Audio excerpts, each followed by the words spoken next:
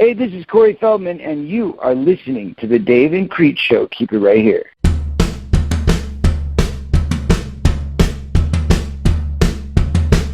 This is the Dave and Creech Show, the only podcast where podcaster CJ Creech and actor Dave Sheridan come together to talk all things entertainment with your favorite entertainers. Want to ask our guests a question? Tweet them to @Dave Sheridan or @CJCNOV88, and they may be asked to our guests live on the show. We do have to ask you stay seated during the podcast because this ride may get a little bit hilarious. Now here's your hosts, Dave and Creech. Hey everybody out there, welcome to episode 33 of the Dave and Creech Show. I am Creech, and once again we are joined with Dave. That's right, what a special episode. We have a special guest, me. What the heck? Where the hell have I been? Creech, I know. It seems like I've been gone for 5 episodes, but maybe it's only been 4, but I don't know. I think we ran like a repeat of one, and you pieced together something else, but I've been busy, let's just say, and we're obviously going to talk about it, but I'm just so happy to be able to finally have a moment to get back on the phone with you and all the listeners and jump back into what I hope is, just the start of a continued, let's make this podcast weekly thing where I'm not missing much more. So it's good to be back. Creech, how are you, man? I am good. A little tired, but it's been a long week. But end is in sight. Heading to Orlando this weekend, so there is that. What's been a busy week for you? Oh, just getting everything ready, trying to do a little bit of research on the people that are going to be in Orlando. So I will have plenty of questions to ask. Yeah. What is in Orlando? When you keep saying Orlando, I'm playing dumb here. What's in Orlando?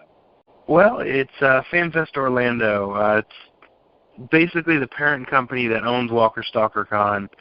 Also owns Heroes and Villains FanFest, and this is kind of like both of them coming together, and they're doing a one-day convention where all the proceeds go to benefit the families of the victims in the Pulse nightclub shooting that happened earlier this year.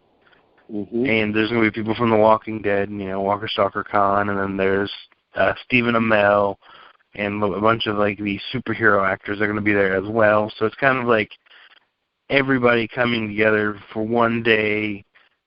Everything, literally everything pretty much that makes money will be donated that day to the charity that sends all the money to the families, because autographs and the entry fee, like everything goes towards them. So it's going to be a great cause. It's actually pretty exciting. Yeah, it's not that bad of a drive for you. Probably like 5 hours. Yeah, about 5.5 hours. And it would be nice to get out of the rain, because it's been raining all day here in Charleston. And apparently, it's going to rain. I looked online for the next 9 days. It's going to rain every day in Charleston. It's brutal. Yeah, well, there'll probably be rain in Charlotte, which would be fine since I'm not there. But I still have my house under construction, and I do not have gutters on, because I can't put gutters on until the house is finished and painted.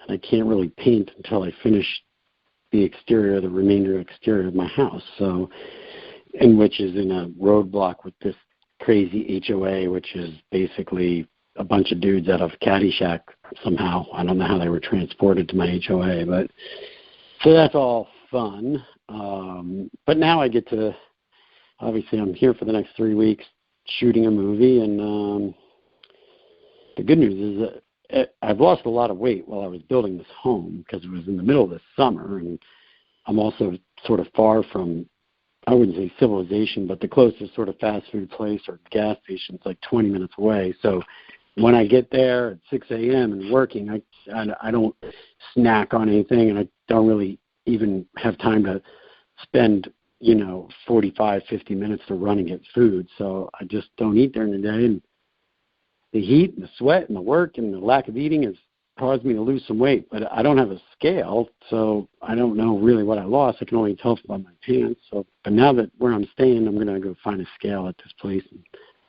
see if I can tell what my weight is. But everyone has remarked on how I lost a lot of weight, which is good, except for I had a meeting with Marlon Wayans today, and he's like, "Man, you look like you have AIDS. You're too skinny. You're dying." I'm like, "No, oh, come on, man." It was like you couldn't say one nice thing about a guy that lost a bunch of weight. And I talked to his assistant. He's like, "Oh, he's trying to lose 10 pounds. He's jealous." And Marlon's always in good shape. So, but he'll be coming down to shoot a movie down by you, actually.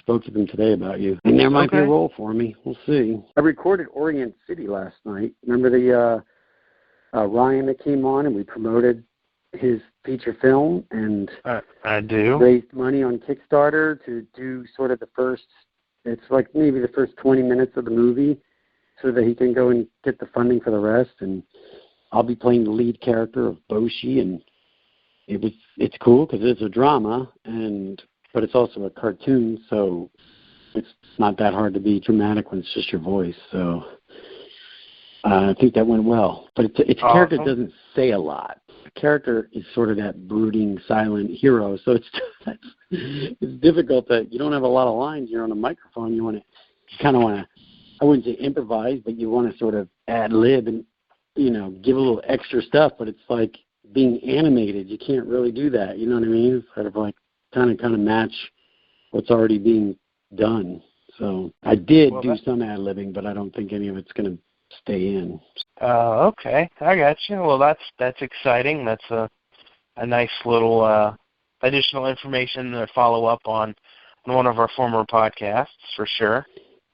Yeah, and when we get, I don't know how soon the little short will be done, but certainly can make it, if he makes it available to see, I can post it and present it, Yeah. However, I don't know if he might want to just keep it completely private while he's trying to raise the funds and stuff like that. So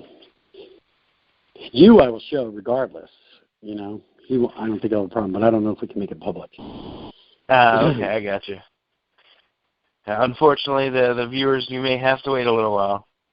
Yeah, but we'll see. We will see. Maybe I can make it private for viewers. Did you just call us their viewers or listeners? Well, it's a little of both, I guess, because if they watch the YouTube stuff, then technically they're a viewer, but then if they're listening on the podcast, then they're listeners. Yeah. Hey, and I don't know who the hell listens to this thing anymore. I don't know when the last time I did the podcast. You've been kind of covering for a little bit, and I appreciate that. And I can definitely tell you and the people out there that this has been the most difficult time in my life trying to finish this freaking house. But there's been a lot of blessings in the people that I'm meeting, and I'm sort of persevering, and it's I've made movies, dude. I've written films and pushed to get them produced and gotten them produced, and going through production is difficult, and then post-production, and then selling it. The amount of effort it takes just to do that is of extreme uphill battle, and completing this house is about 50 times harder than that. So I'm learning a valuable lesson in where my limits are, which is I feel like once I get back into what I naturally aspire to do and what I feel like my DNA is made to do, since I can't do anything else, unfortunately. I'm not a person that I'm not good with authority, and I have ADD and I have dyslexia, so I can't be somebody that can work in any kind of paid position at an actual job somewhere. It's just I would be fired. So therefore, I think luckily I've been wanting to do what I do since I was in second grade, which is probably why I didn't even go to school and really do anything else.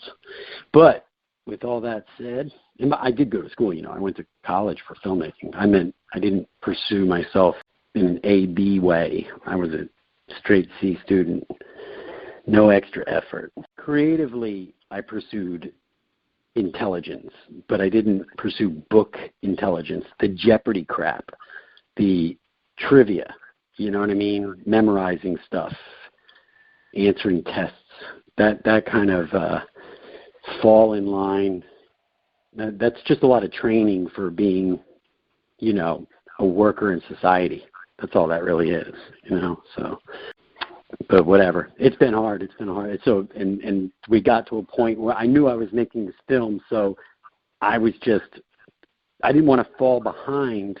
I could have stayed at the same pace I was staying back, say, in May or June, but July and August hit because I booked this gig in July, and I knew I was going away through most of September and the first week in October, so I kind of doubled up the efforts so that when I went away, it wasn't a complete now I'm losing 4 weeks, but I felt like I got 4 extra weeks done while I was doubling up. So hopefully when I get back, I'm just maybe a month and a half from finishing the whole thing. And I will finish, obviously, but when it's done, I will definitely put together a whole collection of final photos and probably post it on House or something. I don't know where I would post it, but so if any fans want to see what I built and how I did it, there won't be a lot of how I did it, but just the final product. Since some people have heard of it enough, they might as well get a glimpse into what Shangri-La may look like. Yeah, I mean they've been on this journey too. I mean, a little bit. January. But I have not.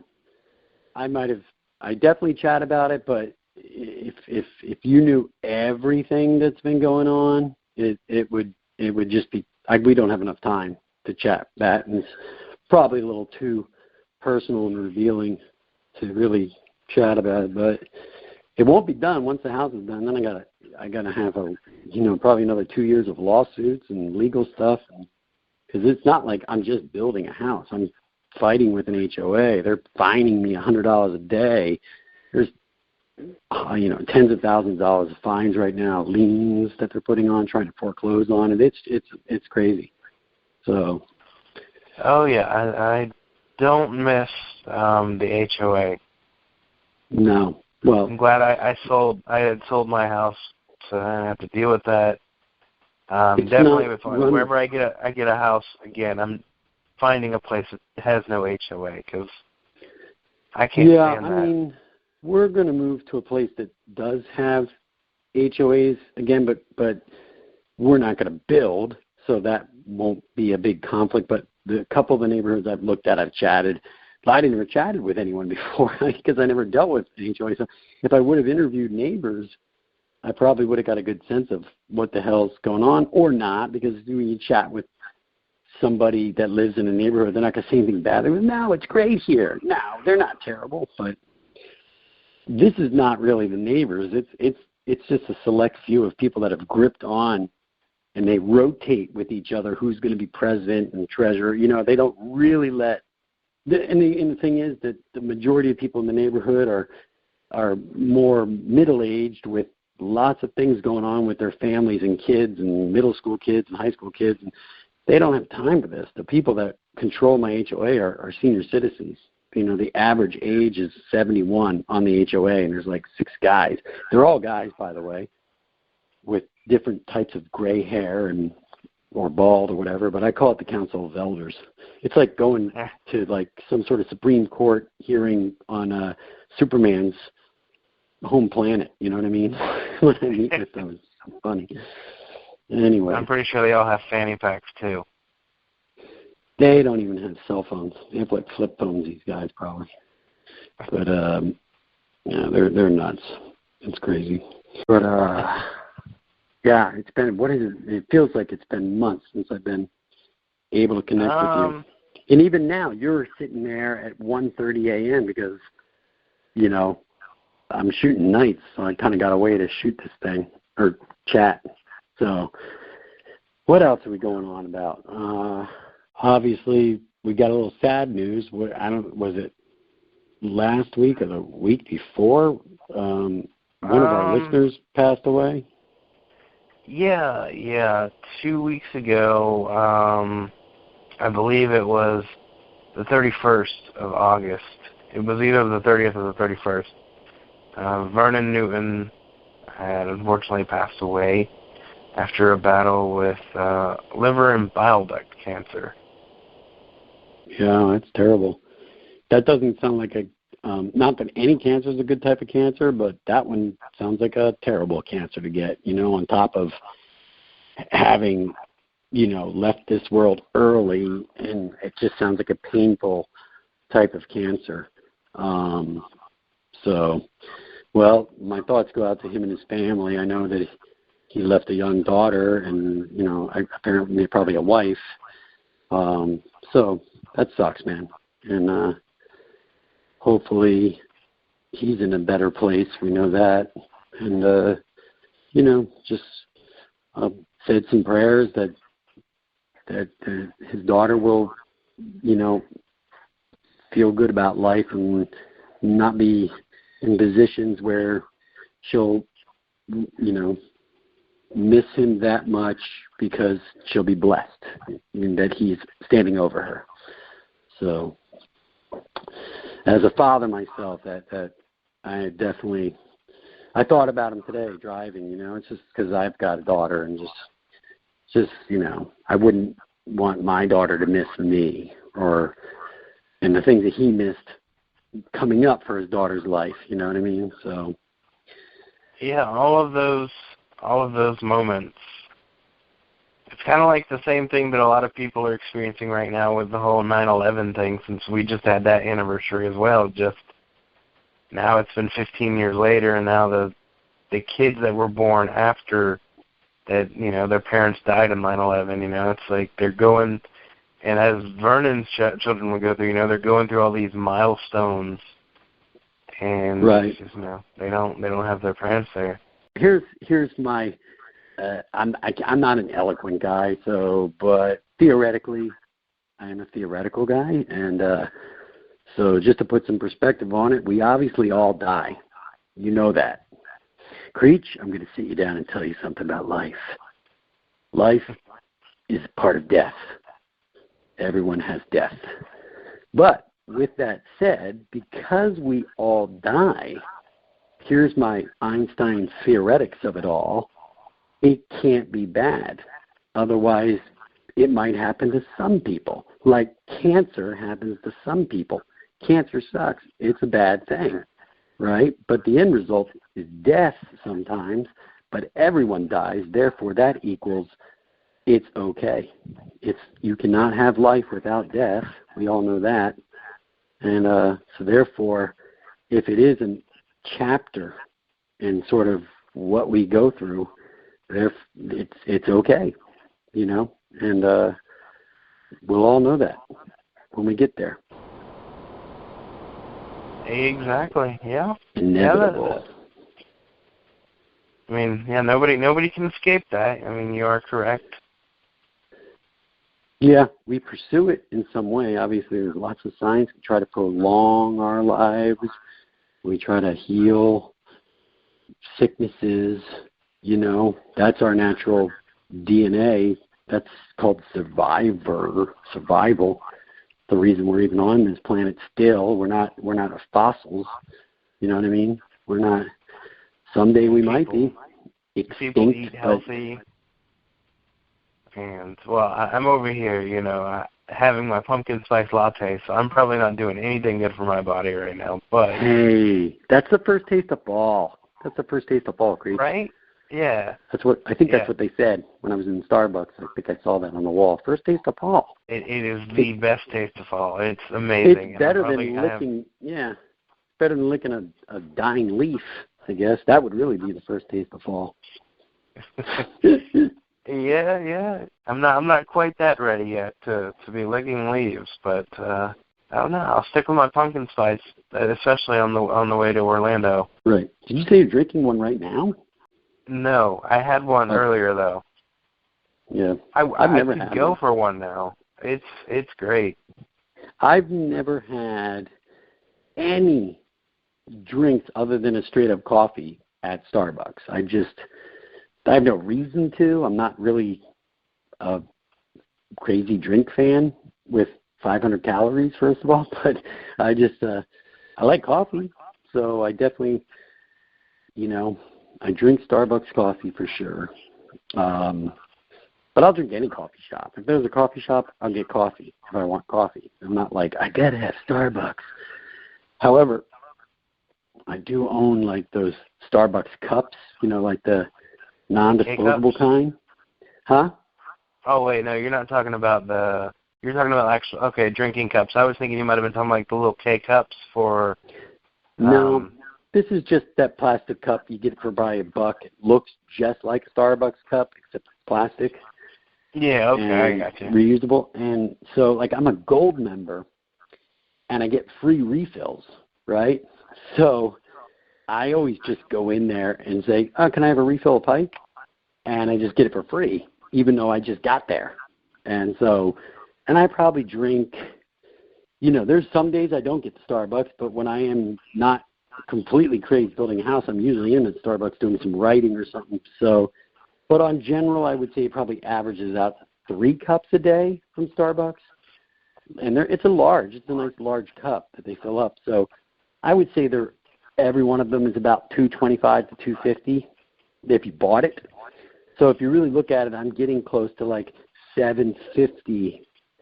Wait, more than that right now. I would say probably $7.50 a day in free coffee at Starbucks times 300 and let's say I don't really go there every day, so let's just say $3.50. I'm not going to do the rest of the math because I'm talking to my phone and I have calculators for that, but 7 times, it's like $2,100 of free coffee from Starbucks every year. So it's not bad. Yeah, you can be bad. Yeah. Sometimes I get 3 it. cups Most of of the coffee time, from Starbucks. Yeah, I usually order a cup of ice and I make an iced coffee. But one time I went in there and I said, oh, and a cup of ice, I want to make it an iced coffee. And the guy goes, you want an iced coffee? I'll give you an iced coffee. And he just gave me he just went and got a large cup, like a large clear cup. And what do you want? And, he put in this vanilla syrup and the cream, which I never put in. Like I said, I don't usually get anything like that. And that was good, obviously, but there was now there's sugar in it and stuff. But I realized, well, I could probably get these for free if I wanted to really push it. I don't want to push it. I have a good thing going. I bring the Starbucks cup in, and it looks like I'm already been there, because it says Starbucks on it. But it's just so. New York City, I've worked there a few times, is the only place that doesn't let me pull that free cup thing when I go, because they're just like, if they let everyone in New York City do that, they'd go broke, So. Oh yeah.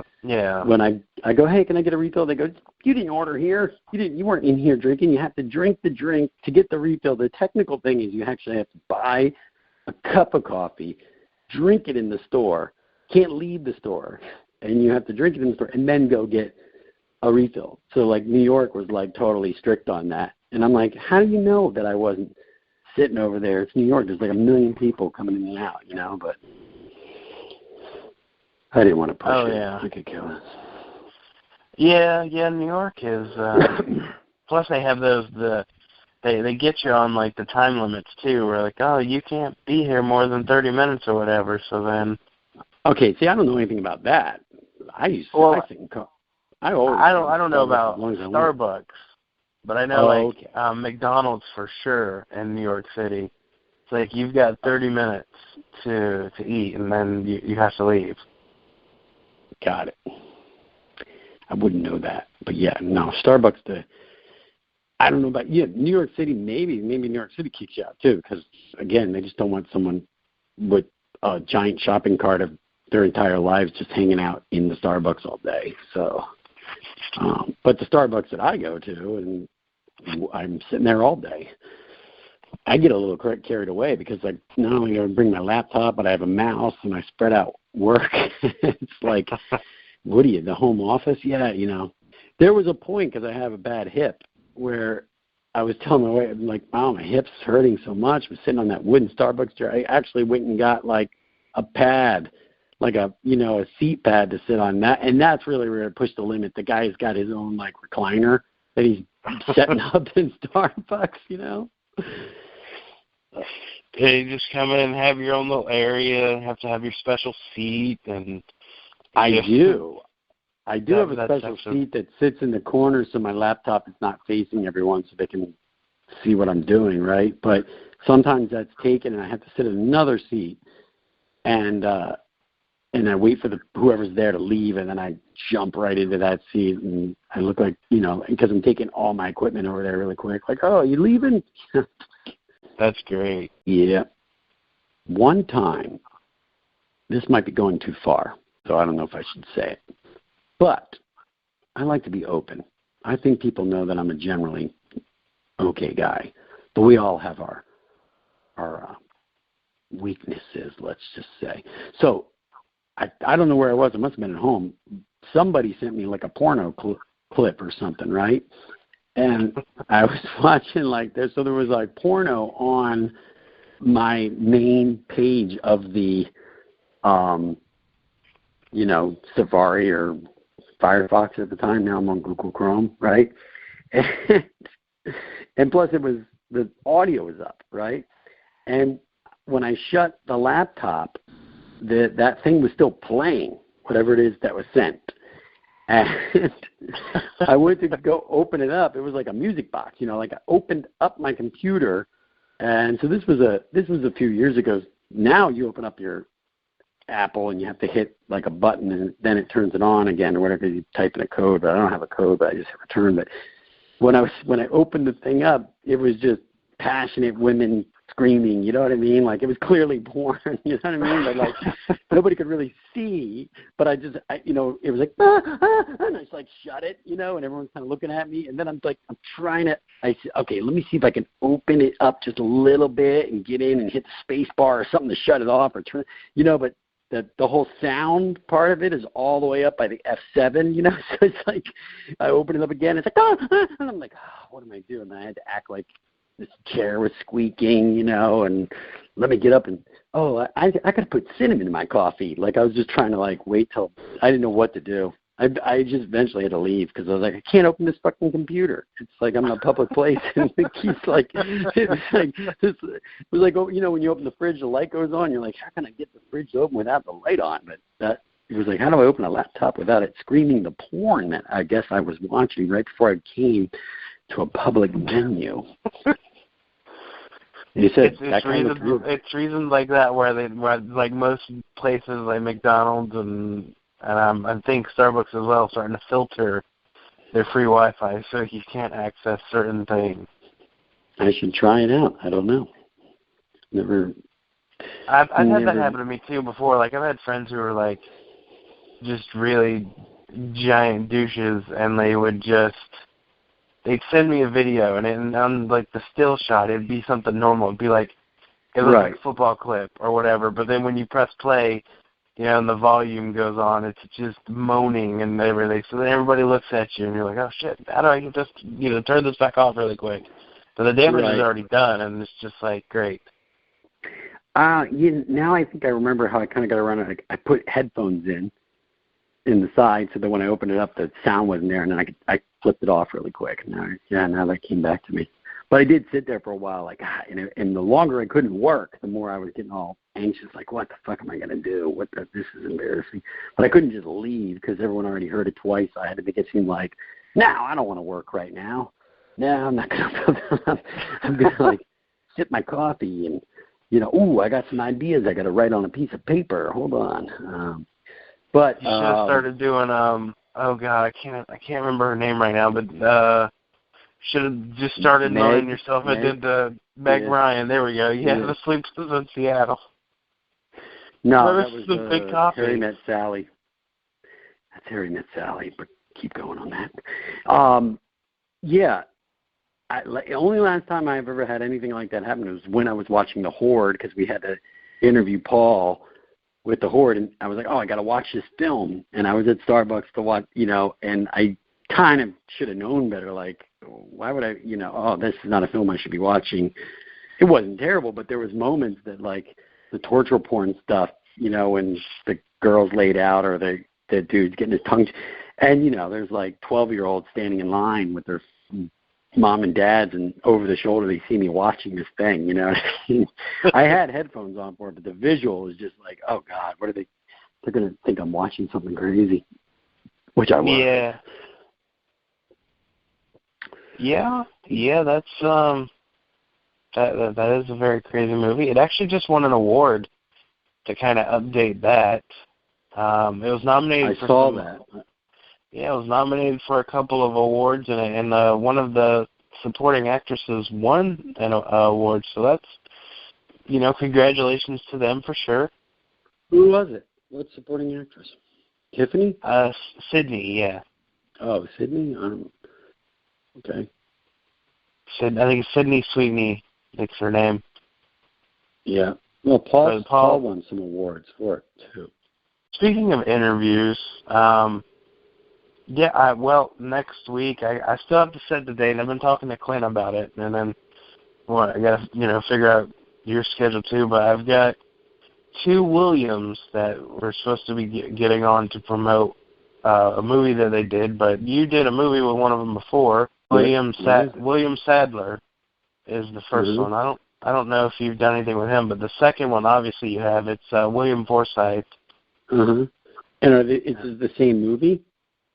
Yeah, they're both in the same movie. Good. I definitely want to be on those interviews, but I need to get the screeners somehow. I can forward it to you. That'd be great. I believe William's living out here in L.A. again. I think he's actually living with some other friends of mine, so I can find out what might work best for him anyway. But I'm excited. That'd be good.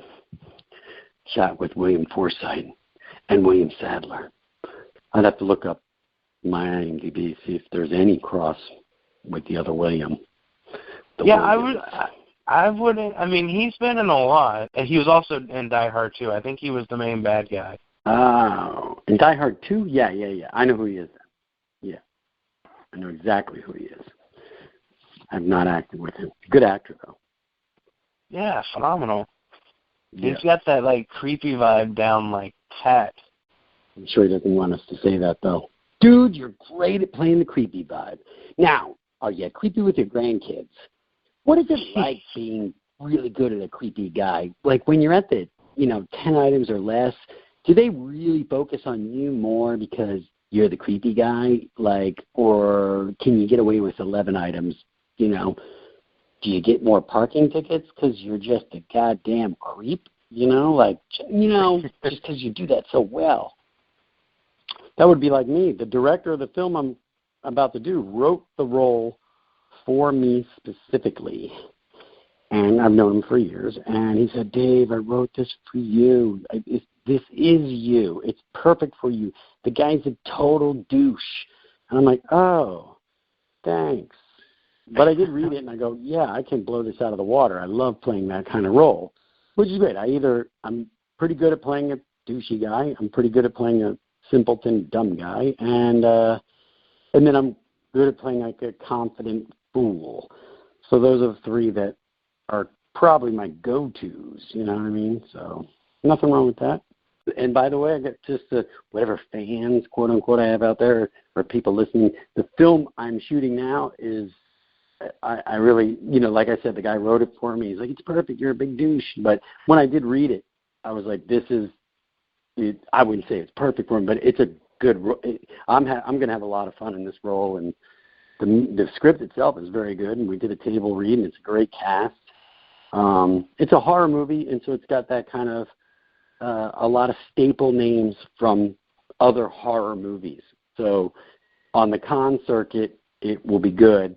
In terms of the names that are in there, it's going to get a little buzz just from that, and the fact that it's like the 4th in basically everything it's doing. It's a sequel, so So it already has a built-in fan base, and it's a good role for me. So I think that's good. Yep, I got some good things going on, Creech. I got good things going on for me, except for building this house. Got to finish the house.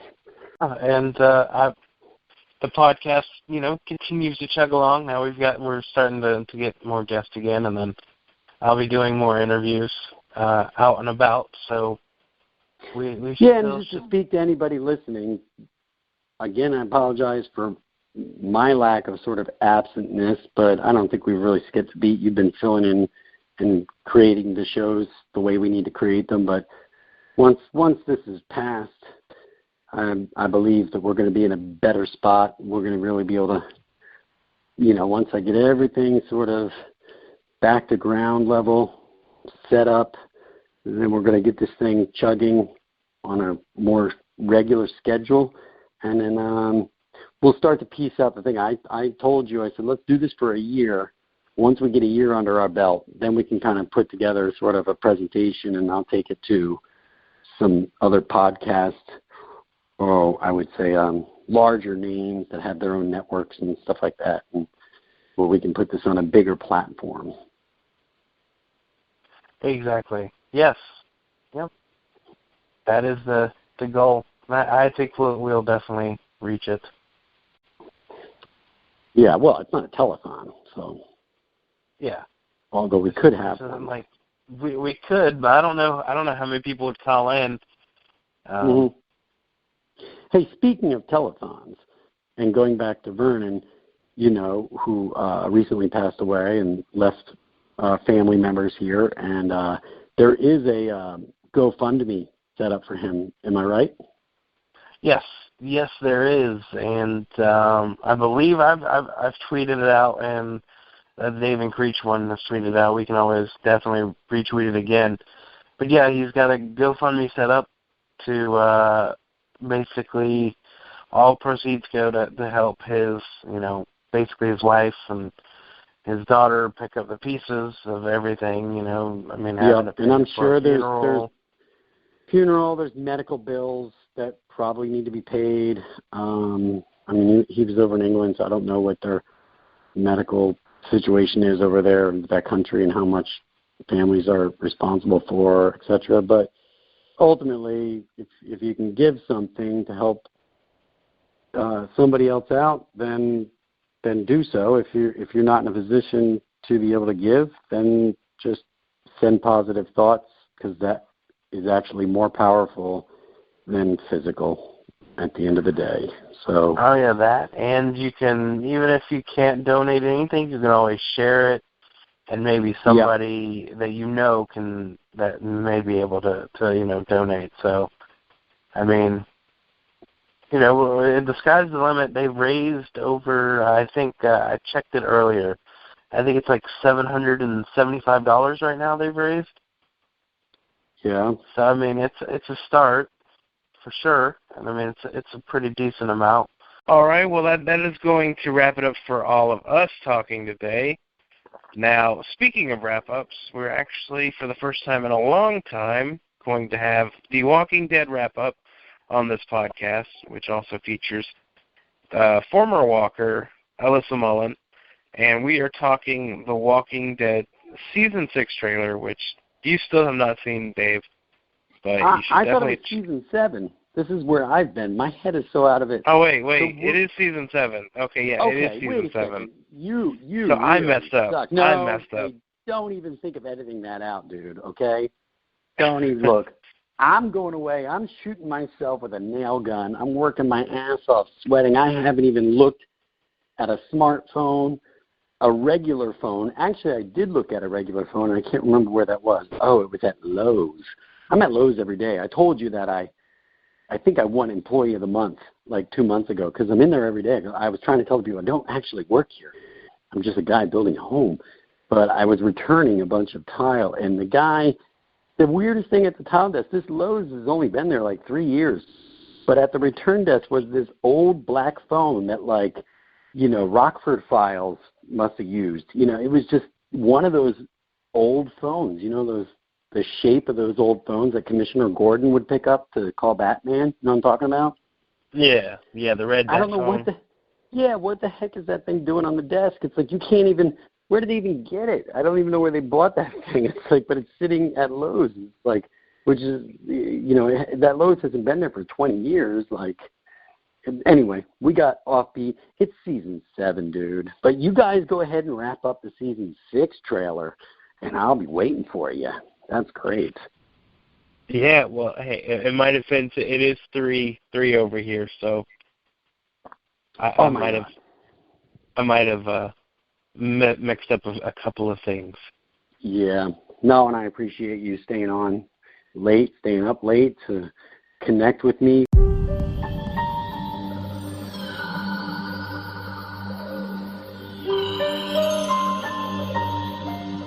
This is all connected.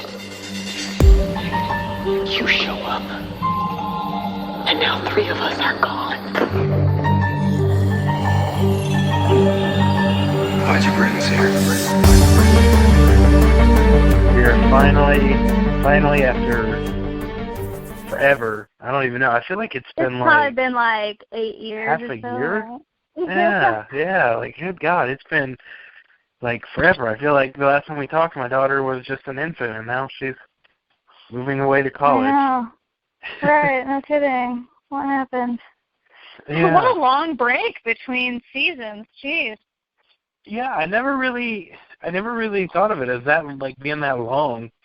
But this one is definitely, I think it's got to be the ending, right?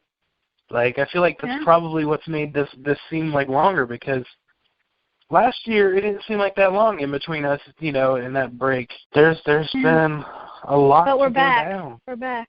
We're back. Finally, the Walking Dead wrap-up is back. And I'm still, I told you on Messenger, I'm still slacking, and I got to catch up on Fear the Walking Dead so we can really chat about that. I mean, I know what's going on story-wise because, like, I'll read what people, like, post about it. But, yeah, the last episode I got to was season 2, the episode when Nick heads out on his own and he gets naked. That was the last episode I've seen. So I think that's halfway through season 2. It's been a long time. Yeah. It's starting to ramp up now. I mean, it did. No. Like, the first half of the season had its own action, but now for the second part, this is like the 3rd episode in, S is going to hit the fan. Shit, whatever. Yeah, like, I've been really, I mean, I enjoy the show. It's not like I haven't been watching because I've been bored with it or anything. No, you're busy. Are you kidding? I'm surprised you watch anything. Yeah, I keep forgetting about it, and then I'm like, you know what, I'll usually just wait until the end because Fear, I feel, is better. Like, I feel like I enjoy it even more if, like, I watch them back to back with that one than as I do with The Walking Dead. Now we're talking The Walking Dead's about to come back on. It just was released on, this last season was just released on DVD and Blu-ray. So now people are finally getting a chance that apparently, like, if they don't have cable, they can check it there. I think the 15th is when it comes out on Netflix. But, oh, wow, yeah. But I saw the Negan Uncensored scene, now, I have and that to was ask, pretty terrific. I'm torn on that, which is weird. Are you? I think it's a little bit different when you're reading Negan's words as to when someone's delivering them. It's like it comes across different when you hear it rather than when you read it. So I know it. Is that what you mean? Because like, I'm watching it, and I mean, while I enjoyed it, I'm like, yes, it's just like the comic. At the same point, I'm just like, I don't think. I mean, I have nothing against the F-bomb, and I say the F-word quite a bit myself, but like, part of me is like, I don't think I could watch a whole show, like, the entire time with just like that, because some of it seemed unnatural. Yeah, like, I know what you mean. Well, when Negan was first introduced in the comic and I was reading it, I kind of had that feeling like, oh my God, like, this is an annoying character. But then it just kind of like, that became like who he was, and so we just kind of like got used to it in the comic. But I know what you mean about when it's delivered. It kind of, I mean, it doesn't take away from the scene, but there is a part that kind of like makes you step back, like, wait, is this supposed to be like a funny moment or like a serious moment? Because he has that kind of dark humor, so I don't know. Yeah, like the one line that just really kind of lessened my thought on that whole the uncensored scene was when he was like, I am gonna beat the holy fucking fuckity fuck out of one of you. And I was like, what? Like if I was somebody there, even then, I'd probably have to try not to laugh, because it just the way it even sounded, I was like, no, they kind of took me out of the scene. Yeah, exactly. Yeah. I don't know. I'm interested kind of to see. I mean, obviously he's not going to do it. I applauded it because I am all for, like, I'm used to like Game of Thrones where like anything goes. So like when they released that, and to hear his F-bombs and to like let Walking Dead breathe like that, it kind of felt awesome to see them be able to go there. You know. Oh yeah, and from what I've gathered, they with pretty much a lot of his scenes this year as well, they're shooting them both ways. So. Oh really? So for instance, the next DVD or Blu-ray, when it comes out for season 7, it'll be once again, most of the Negan scenes are going to be uncensored. That's pretty awesome. That's very thoughtful of them. I like that idea. Yeah, it's like you've got, for the TV fans, you've got that, and then the really hardcore comic fans who are going to want to come out in droves to buy the Blu-ray are getting the extra bonus of getting to see Negan in his full glory. But I can't help but wonder for what, like, some I mean, obviously not everybody who watches that show is 17, even though it's TVMA. There's kids who watch that show. There's early teens. So I'm just like a parent buying that Blu-ray, not knowing, especially for next year, and just seeing that scene again and now in its true version, just the reaction. I think it's right. They're like, oh no, I watched this before when it aired on TV, and they don't cuss in the show. I swear. And then next thing you know, he's just fuckity fuck, like going off, and then they got mortified. They lead their kid to the bedroom. Yeah. I feel like, I mean, the scene still plays pretty well, and obviously there's nothing added to trying to give hints as to what who died. But I feel like and I think, because one of the main things we're going to talk about today is the trailer that premiered at the San Diego Comic-Con. And one of my feelings about that was, going in, we knew that they weren't going to address that. But I'm actually majorly impressed with how they handled it anyway, because I was expecting a lot less than what they gave. And at the same point, I feel like this is one of the most honest trailers they've done, because there doesn't seem to be any like fake red herring angles that they were trying to push you towards. That's true. We talked about that in the past, right? Because the previous Comic-Con trailers, Gareth leading them to DC and Rick facing off with Morgan. This one, it seems, I guess their catch, they didn't need to do that because their catch was already, you don't know who Negan killed. Well, it's such an impactful moment that I don't think they need to play any more games with us. And so I think we deserved a straightforward, like, this is it. We can't, like, mince words with what's going on in this situation. It just is what it is, and it really sucks. And so I watched it again, and it's like, here's everybody's memories, like, giving us all the feels.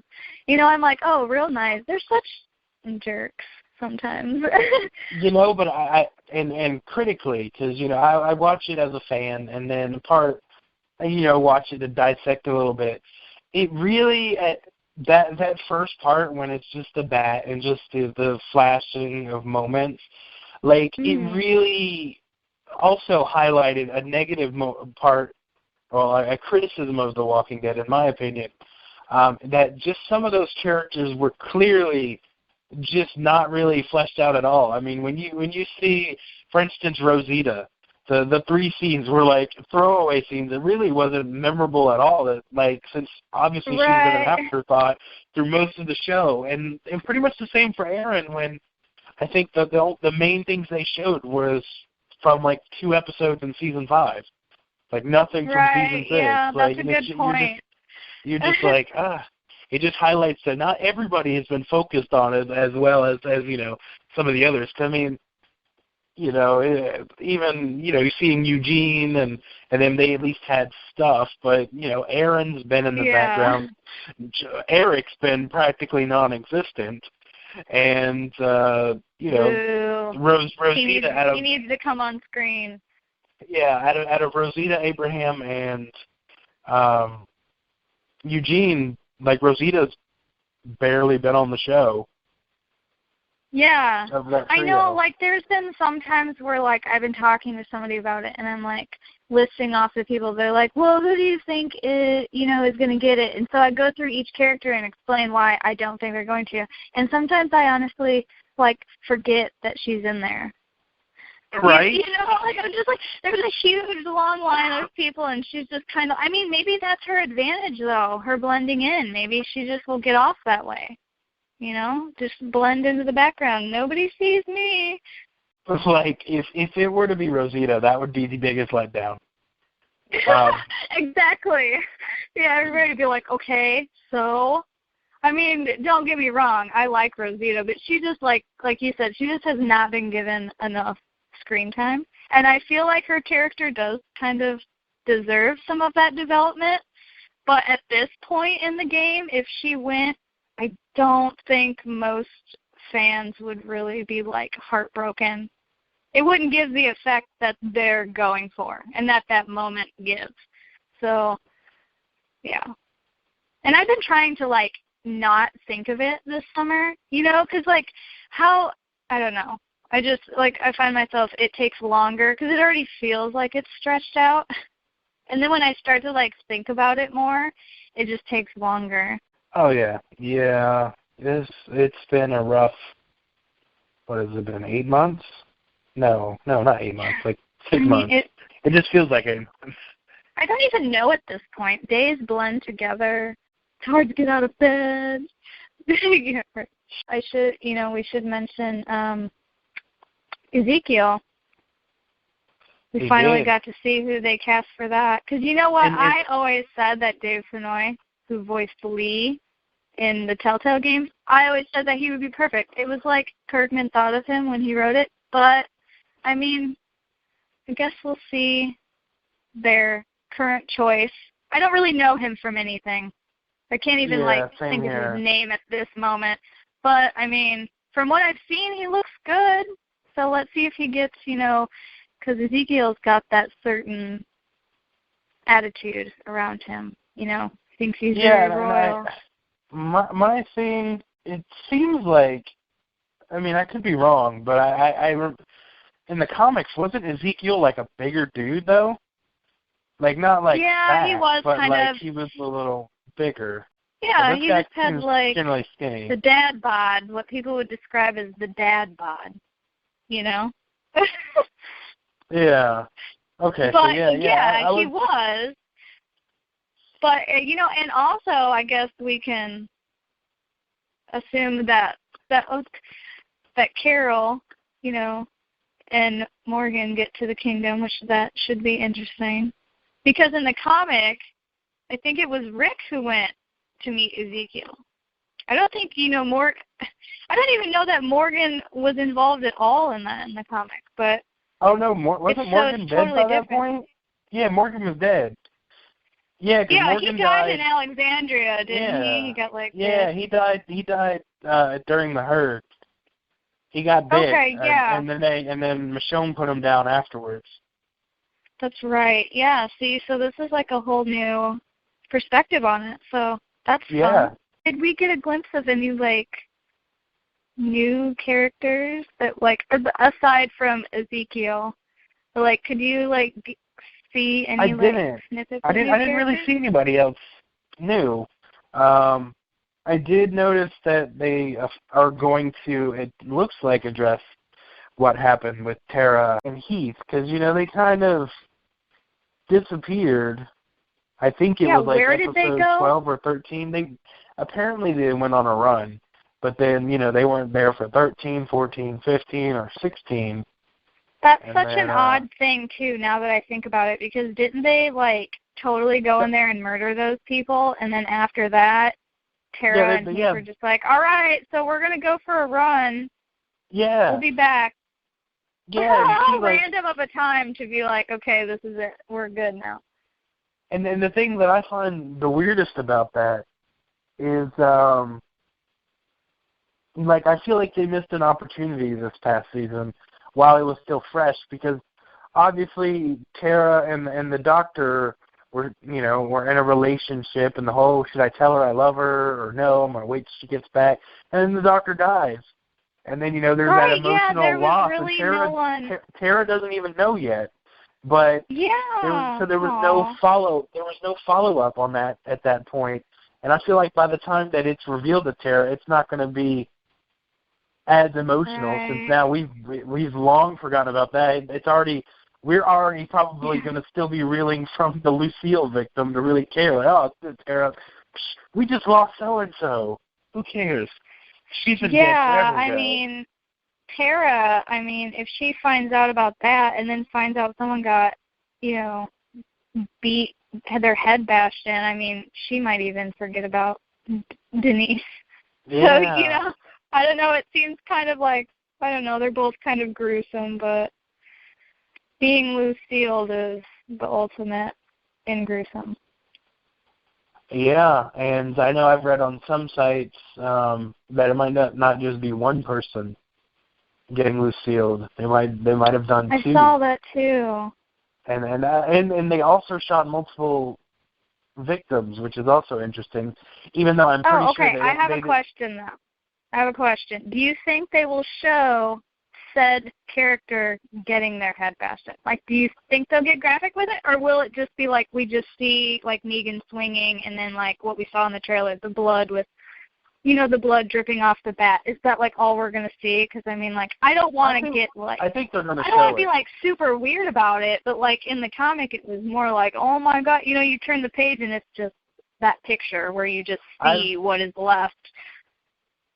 From what I've read, with interviews with Nicotero and stuff, they're going for it. They're gonna show it. Awesome. Yeah, that's they said awesome that they're and gonna. Sad.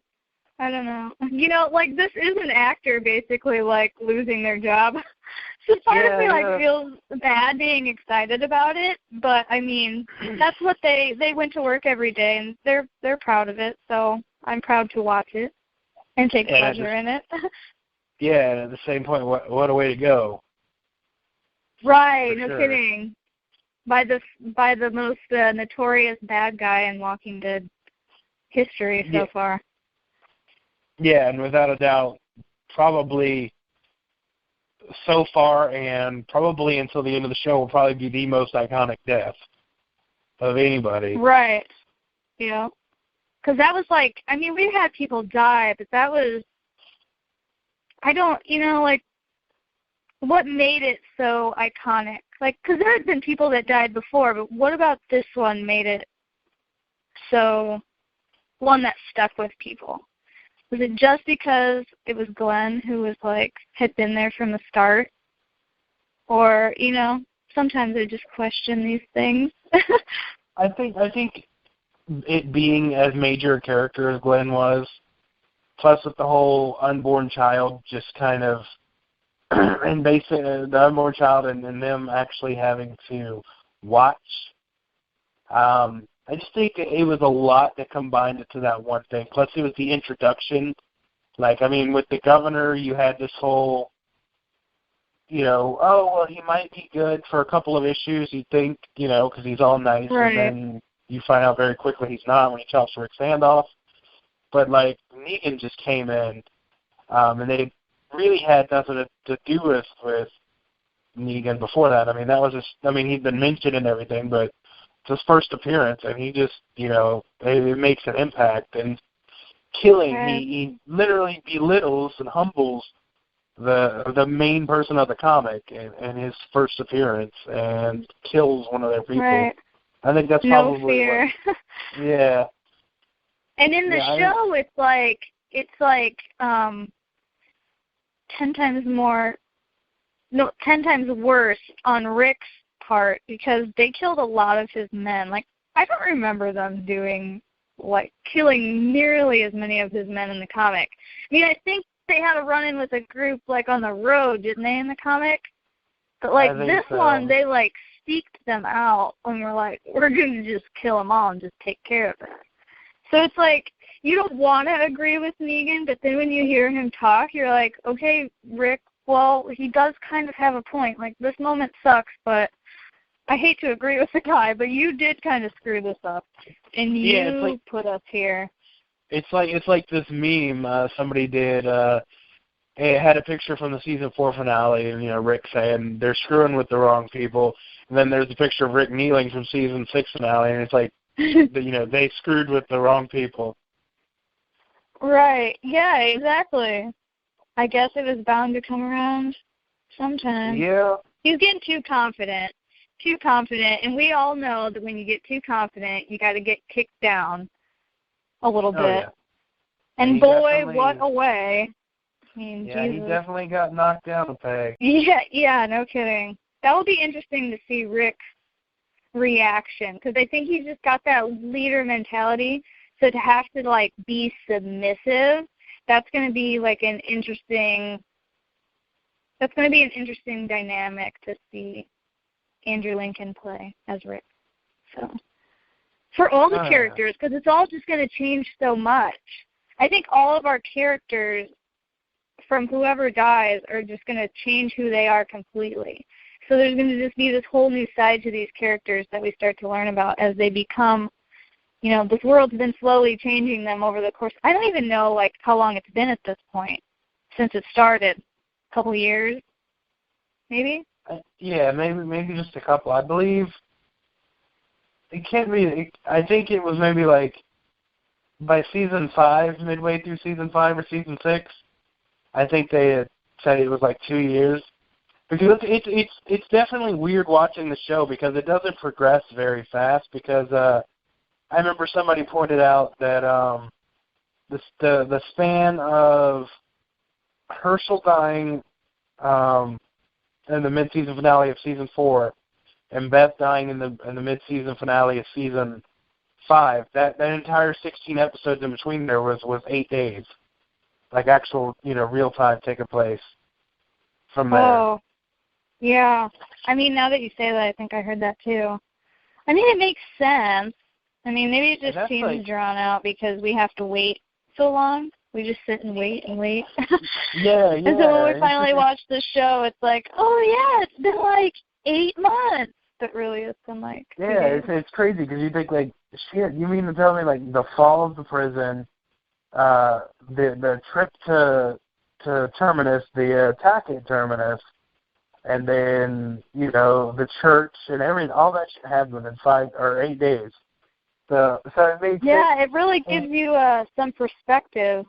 I mean, to see how much shit they go through, I mean, that's crazy. Yeah, but for the the story, I look at those situations, all the stuff that they've been through and, how fast it's happened to them. I'm honestly, I would never be able to survive. I don't think I would, I'd like to think that I'm mentally strong enough for that, but if that's the kind of, onslaught that's coming, I don't know that I'd be able to handle it. I'd go crazy. Or obviously be killed. I'd probably be killed. Oh, yeah. I'd be dead. I like how confident we are that we would totally die. I'd like to think I'm one of these people, I've read the Zombie Survival Guide. I've seen plenty of zombie movies, but no, I'd be the first one dead. None of us would know anything. I don't even know that those books would even help if anything like that happened. Yeah, and I've already forgot most of that too, so it's I'm just duly screwed. Right. Yeah. like, that brings up a funny point because I, like, was talking to somebody about that. I'm like, and I would be, like, double screwed because I wear prescription contacts. So if I ever, like, lost my contacts and, like, or something happened to my glasses, I would be totally blind out there. So it just would be, like, a super easy and free meal for the walkers. It depends on the type of zombies. If it's, like, the Walking Dead walkers, I might be able to get away from them. But if it's, like, 28 days later, World War Z stuff, I'm just screwed. Jesus. I'm just gonna freaking stand there because, like, seriously. Why try? Why try at Yeah. that point? If they're running full speed and if they're even running at half speed, they've got me. So, like, I'm just like, they could be literally like, kind of the quick walking, like the people like when they're just kind of speed walking, and they still have me. Oh, stop it! That's ridiculous. Yeah, I'd just be done.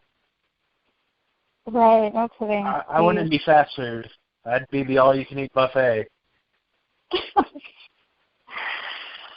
Oh, man. Yeah, it would be complete chaos. That's for sure.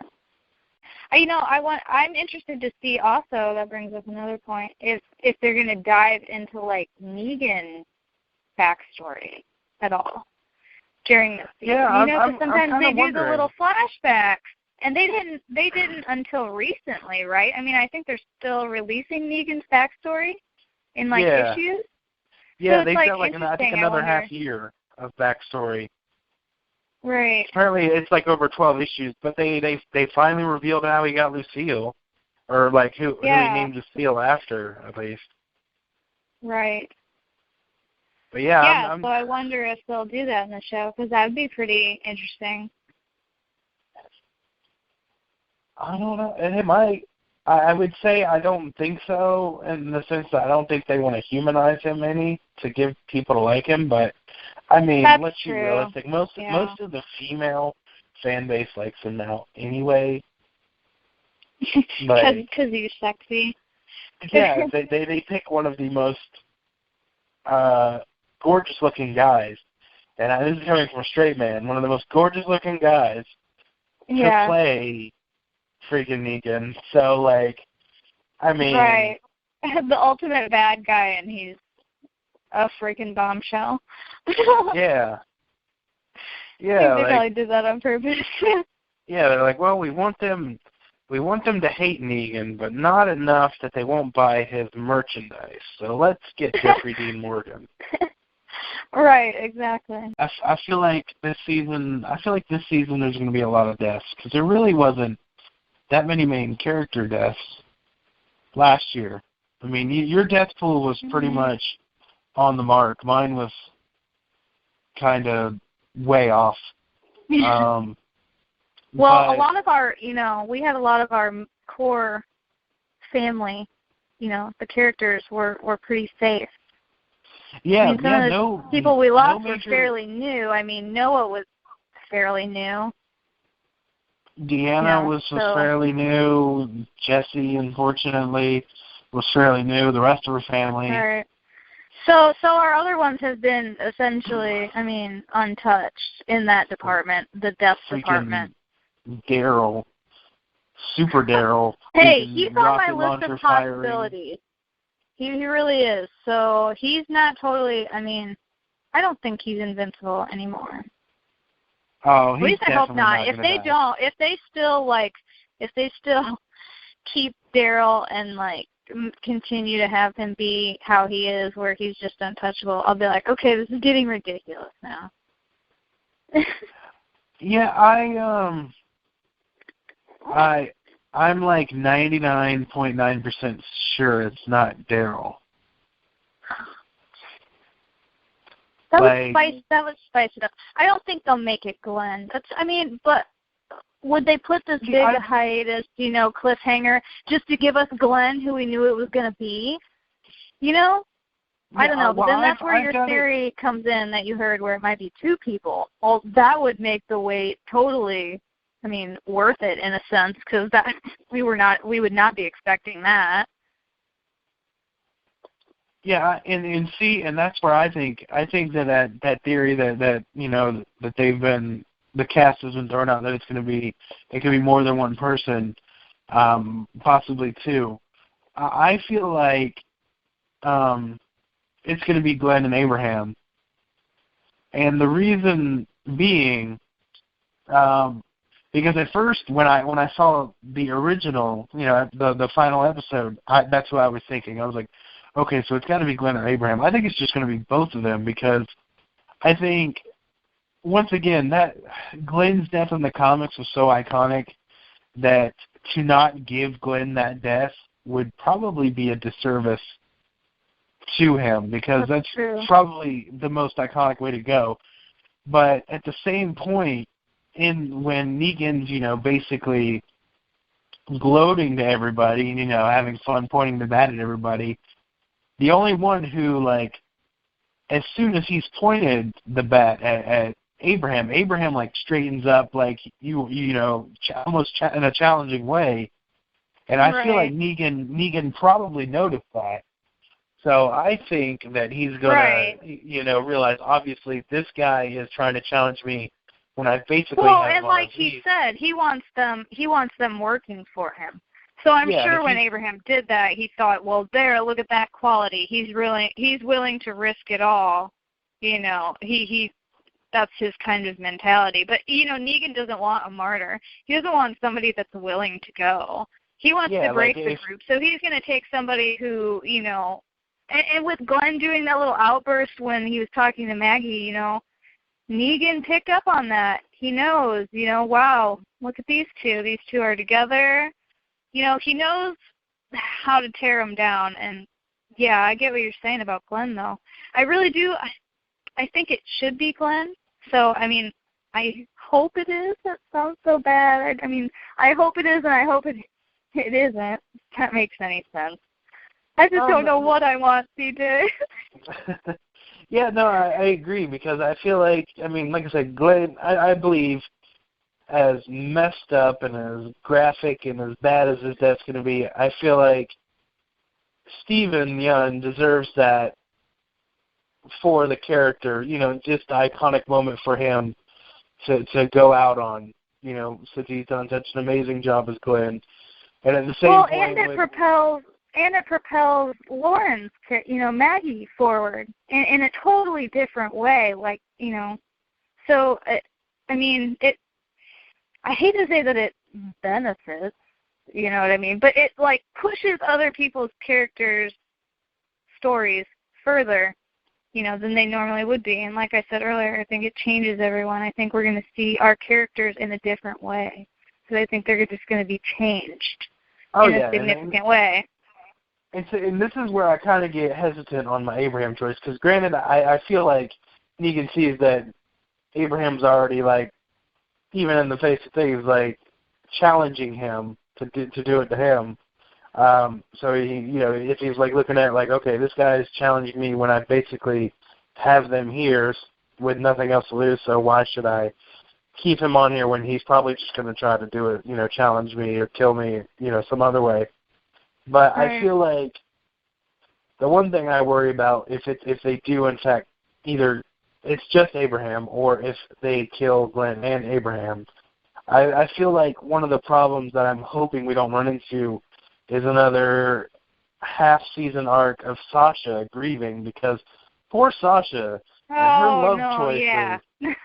You know, she just got over Bob and Tyrese. She was starting to get into a good place with Abraham, and then just to have that taken away too, like, I don't want to see her go crazy again and suffer from more PTSD. Right. But then again, with the Abraham choice, if it was just one person and that person was Abraham, do you really think of all the characters? I mean, they'd all be impacted, yeah, but not in the same way that if it were Glenn. I don't know. I think if it were Abraham, it totally would just kind of, you know, like we were talking with Rosita, it'd kind of be like a letdown where I'd be like, okay, Abraham, no, why? You know, not good enough for me. I think there's two that would be impactful if Negan chose. Obviously, Glenn being the first one, And honestly, I think if he picked Michonne, that would be another impactful one. Yeah, she was my third. I had 3 people. I had Daryl, Glenn, or Michonne. So. Because Daryl's only going to really affect fans girls. Right. Well, I'd still be sad, like, I remember Daryl, back in the day. We already ruled out Carl because right. And Rick because of in the speech where he's like, cut the boy's eyes out and feed it to his father. Right. And Rick's like the driving force of it. The whole story started with him. So they instantly have immunity. Yeah, then we can rule out Rosita because they haven't done nothing with her. That would be the biggest throwaway death. Well, and honestly, I can say we can do Aaron as well. Yeah. But at least Eugene had that moment at the end. Right. With Abraham on the most recent episode. So at least there was some closure if anything were to happen with him. But I don't, and that's another thing. Yeah, and that's another thing. Eugene just gaining some confidence, starting to be like, yeah, Abraham, I took your advice. I'm getting tougher, like I'm learning how to survive. I want to do this. Then it's like, here comes Negan, get on your knees, bitch. Like that really sucks too. Poor Eugene. Such a frightened lad. It's the wrong time to stand up. Right, and he failed instantly, right? I mean, it was the time that Rick and them left with Maggie on that whatever it was. To the time they got caught, I mean, Eugene, what did he drive? Halfway down the road, and they just got in. What? You didn't defend it? Right. But then there was a lot of people. But it was just funny that in that short amount of time that he was, that his plan was foiled. Exactly. And I think with Eugene, with Eugene and a lot of them, and there's still a lot of story that can be told. I would say that Maggie would also probably be an impactful death, but I know they're not going to go that route because that, even just saying it, killing a pregnant female with a bat, that's just right. I know AMC and The Walking Dead is not afraid to go to places, but that's one place I don't think they're even going to even attempt to touch. Well, and we know that they shy away from that because we still have Judas. Yeah. I mean, I still question that, but that's the same type of thing. So, yeah, I mean, I thought of that too, but that'd be interesting to see where Glenn would go. The whole group, especially Glenn, but the whole group would go if Maggie was the one. Yeah. I mean, because that would be a big symbol of hope, she's pregnant, all this stuff, blah, blah, blah, blah, blah. So that the group would be crushed, man. Oh, yeah. Plus, poor Enid still locked in that closet. Hey, I saw in the trailer that she was out of that closet. So, yeah, she's finally out now. She gets out eventually. I'm actually really excited for this season, partly because I know, this is the season of, most of my friends getting on the show, because I've got a lot of friends who are going to show up in the show this year. As what? Well, some are going to be walkers, and then I know a couple that are actually, one of my friends, we're actually going to bring him on the show the week his episode airs. Obviously I can't name names because I don't want to get him in trouble, but he has a couple scenes with Negan. He's a savior. And, that's fun. I've been itching to get back there too. It's been a while. I've been long forgotten. I don't even know if I'd get back. If I emailed them, I don't even know if I'd hear anything back at this point. So many new people roll through there. Oh, yeah. I've noticed that this year, for sure, because like I said, a lot of my friends got, walker rolls. And most of them were obviously, Georgia locals, but then there's some that weren't, and, they got in this year, and they've been trying for years. So I don't know if there was random dry up of walkers, because I know some of the usual suspects are still, there. Right. But a lot of the older names that have been around for the career walkers, it seems like, that were like 1, 2, 3, 4, like they're not back now. This has been the year of the new people apparently coming into the show. Right. Well, you got, Negan making his grand entrance. I guess it's time for a little refresher in every department, probably. I still don't believe that whole thing that, I know we kind of jumped back and forth on this, but like I still don't believe the whole thing that they went around saying that nobody, even Jeffrey Dean, didn't know who was going to die in the finale. I feel like they knew then what it was going to be. Like when? Well, oh yeah, because I'd heard, I think Jeffrey Dean Morgan said that no one knew until they got the script for season 7, episode 1. But it's like, but then I've heard Norman say that he knew. So, I mean, I don't know who to believe. Yeah, I seriously doubt that they, especially for the person who actually died, or people, what have you, I feel like they didn't not tell them for the whole 4 or 5 months before shooting. It's like, hey, That'd okay, be so we need you to come. mean. We're gonna need you to come fly over here. And then when they get there, like, all right, we're ready to start season 7. I'm excited to be back with the cast. Like, oh well, by the way, you're dying in the first episode. Yeah. First couple minutes. I mean, but they are kind of known for their. They did do that to Emily Kinney, yes. Yeah, because she was trying to find an apartment, I think, and they were like, oh, by the way, don't do that. They told Irony 4 days before they shot it that he was dying, that T-Dog was dying. Because originally it was going to be Carol dying. Oh my gosh, so glad they didn't do that. But yeah, they switched it at the last moment and had him die, saving her. I'm glad I got to work with him on the prison set before his untimely death. He's so sweet too. What were you one of the walkers when they were clearing out the prison? I was in 2 and 4. 4 is when all hell breaks loose. Yes, I was trying to figure it out because I know in season 3 he didn't last very long. No, 4 I think is 4 is when Laurie dies, and he dies in the same episode, right? Yeah. Yeah, so that one. So I got to be the walker for that episode, for episode 4, the one across the pond. Well, then later I jumped in the background of walkers coming out. So I'm in the mix, but I'm not up in the mix.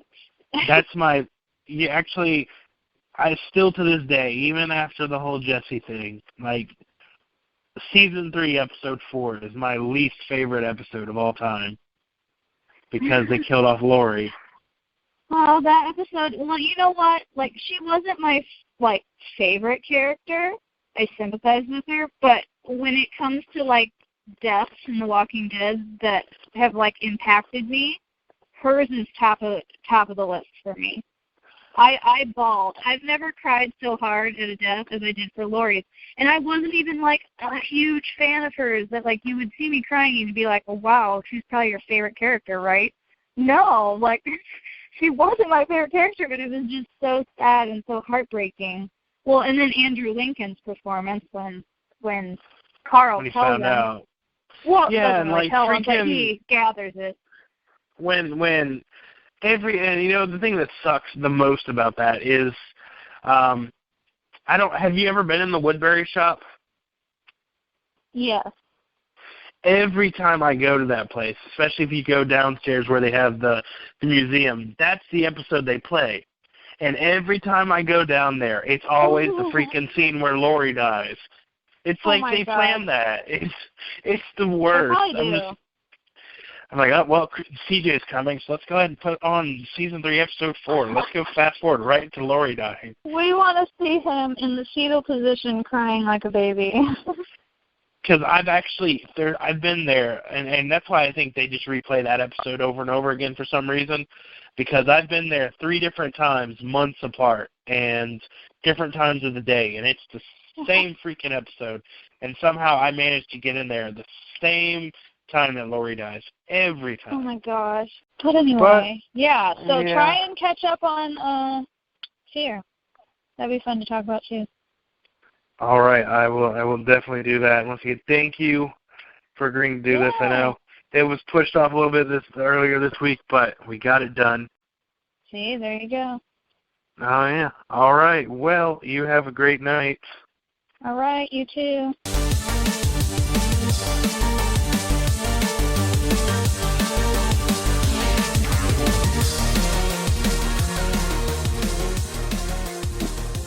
Well, it was good catching up with you and catching up, hopefully, people catching up with me and listening to what's been going on. And again, our thoughts go out to Vernon and his family in terms of them losing a dad and a husband, but Vernon passing on to a better place, an eternal place, in a place where now he's even closer to his family. And I'm sure that there's blessings to come in their future. And one of the ways that we can send some blessings is to, hopefully, if you can give to his GoFundMe page, which I'll put up a link, or just spread the word. Just do your part to keep pushing forward against the darkness. And because I know it's hard on everyone, including myself. But that's why we're here. This has been Dave and Creech, episode 33. But, hey, until next week, I'll talk to you again, Creech. All right? All right, man. Shut up and sit down.